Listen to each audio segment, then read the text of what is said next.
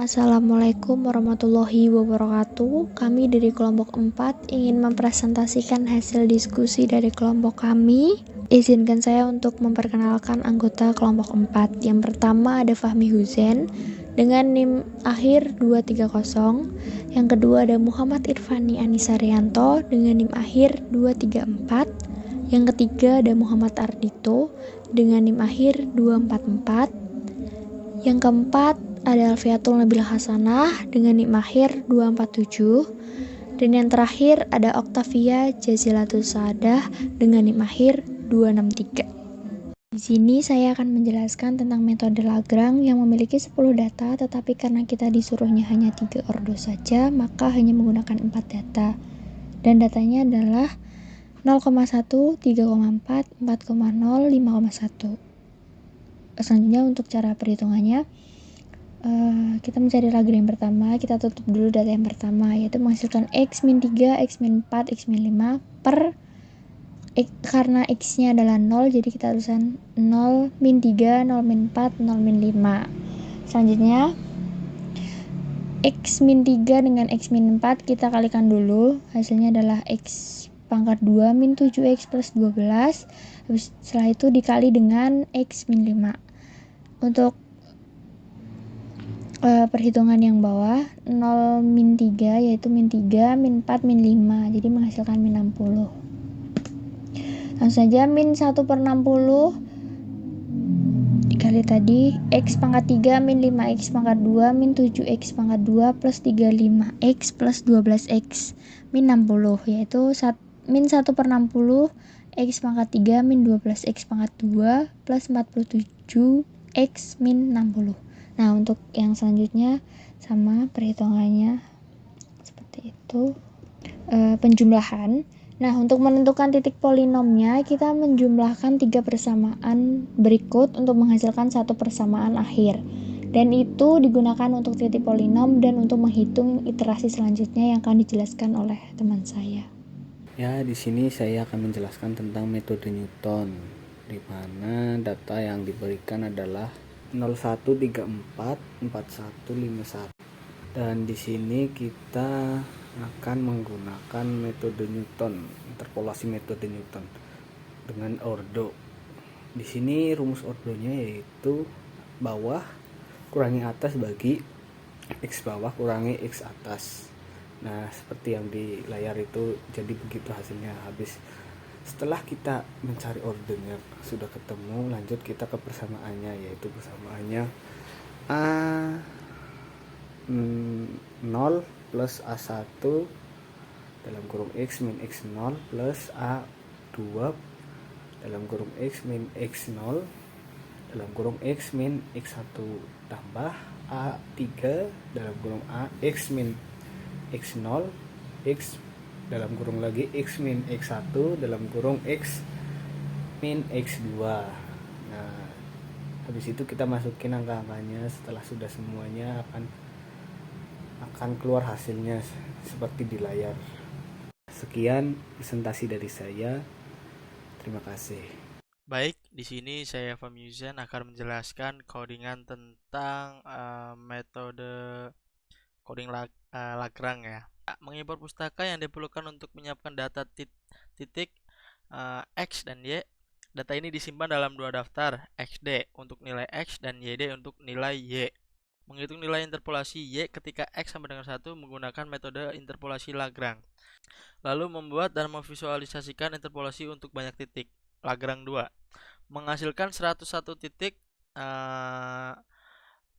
secara merata dari nilai minimum ke maksimum dalam XD. Untuk setiap titik X ini, menghitung nilai Y yang sesuai menggunakan interpolasi Lagrange dan menyimpannya dalam array YI. Secara keseluruhan, kode ini menggunakan SymPy untuk menghitung polinomial interpolasi Lagrange secara simbolik. Lalu menampilkan polinomial interpolasi yang telah diekspansi. Menghitung dan menampilkan nilai interpolasi untuk X2, X sama dengan 2 menggunakan polinominal ini. Secara keseluruhan, kode ini menunjukkan bagaimana menghitung dan memvisualisasikan interpolasi Lagrange, baik secara numerik maupun simbolik, untuk serangkaian titik data tertentu. Lalu saya akan menjelaskan tentang codingan Newton ya. Baik, akan saya jelaskan. Input data pertama, kita memiliki data titik-titik XD dan YD. Dalam contoh ini kita memiliki 4 titik data. Kita ingin mencari nilai F atau dalam kurung A pada suatu titik X tertentu. Dalam contoh ini kita ingin mencari nilai F dalam kurung 0,5 DD dalam kurung K, 0. Nah, dengan nilai YD K. XD dalam kurung K min XD dalam kurung K min J. Lalu menghitung nilai polinom.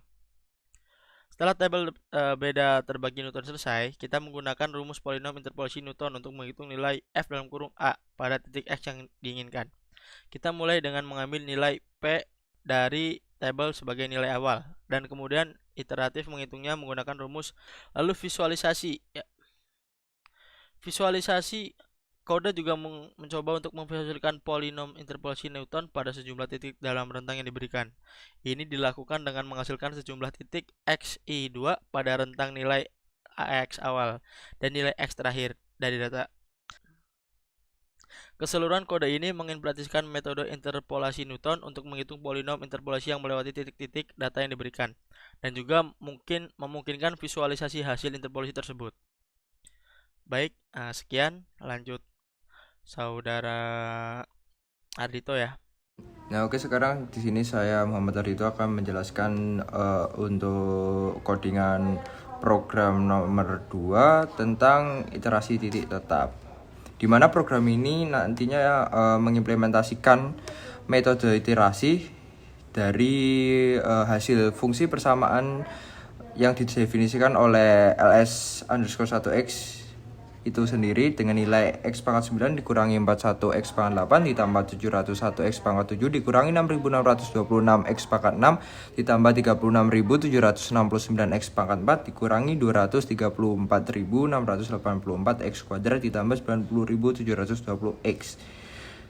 Dimana agar nilai hasil proses iterasi ini tidak terlalu besar dan tidak terjadinya overflow atau infinity, kita menggunakan tipe data yang memiliki kapasitas representasi numerik yang lebih besar, yaitu tipe data yang kita gunakan di sini adalah float 128. Dan metode iterasi ini akan dilakukan dalam keadaan loop while ya, dengan kriteria berhenti ketika selisih antara dua iterasi delta yang sebesar 10.000 lebih kecil dari toleransi kesalahan yang ditentukan, yaitu toleransi error, yaitu anggota lebih kecil dari 0,05 dalam program tersebut.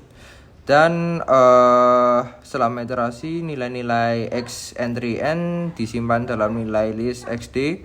Selain itu, program juga mencetak nilai x entry n pada setiap iterasi. Dan terakhir, program ini menggunakan matplotlib untuk membuat plot dari nilai-nilai x entry n terhadap iterasi ke n dan menampilkan grafik hasil iterasi seperti pada gambar berikut.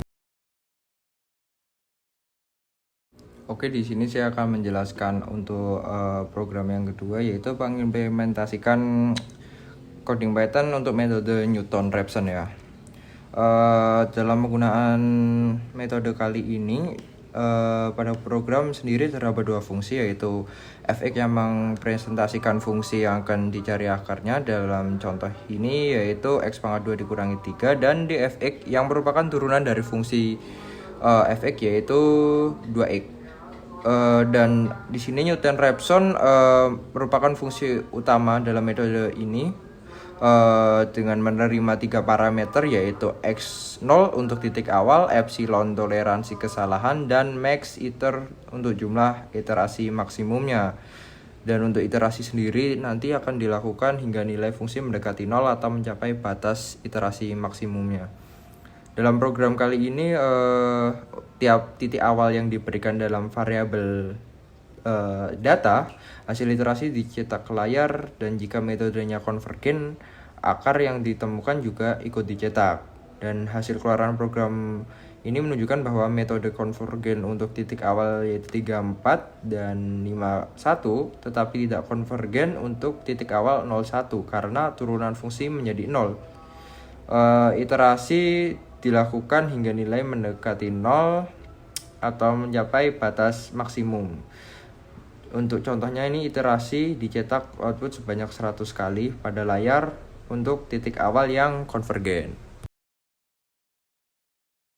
Oke, selanjutnya di sini adalah pengimplementasian metode secant, di mana ini hampir mirip-mirip dengan metode Newton-Raphson, tetapi bedanya di sini tidak memerlukan adanya turunan fungsi, dan untuk fungsinya tetap dua, yaitu fx sebagai representasi fungsi yang akan dicari akarnya ya.